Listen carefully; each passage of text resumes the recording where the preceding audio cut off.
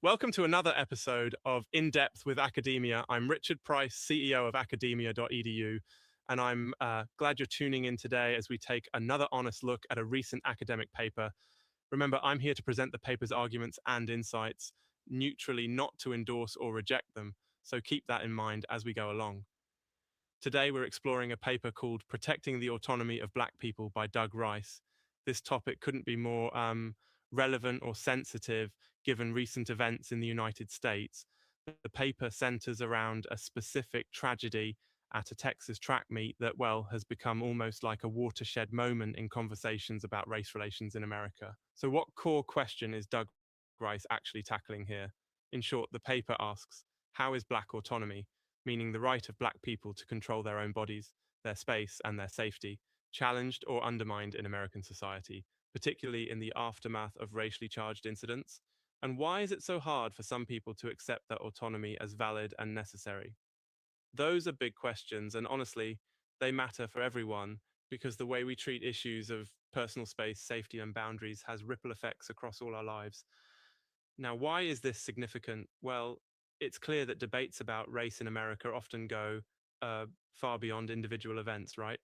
There's always a bigger story or an undercurrent beneath headlines and social media threads, something that shapes how people see each other and themselves.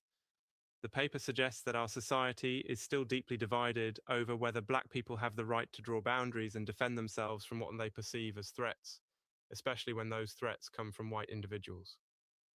All right, let's break down how Rice tackles this subject and what major findings or arguments he puts forward. The main case study or reference point is that tragic incident at the Texas track meet, where two white boys reportedly approached a Black child, resulting in a confrontation with a fatal outcome. Rice looks at public reaction, media framing, and the broader social context, especially how people have responded to the Black child's actions to defend himself.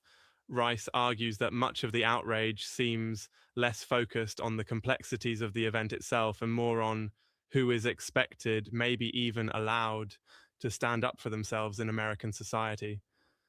The narrative, he says, flips quickly.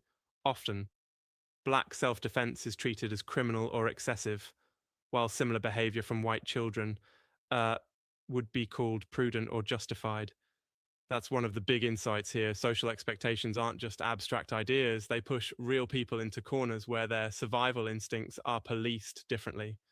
There's also a clear point about upbringing and entitlement. Rice suggests, or argues at least, that white children are sometimes brought up with a certain sense of authority over public and personal spaces, which translates into real world conflict. The expectation is that their presence should be accepted, while Black children are expected to yield or endure. This dynamic, Rice says, is deeply rooted in history, not something new at all. He doesn't stop at critique either. Rice points out that defense, whether it's emotional, physical, or social, is often criminalized if it comes from marginalized people.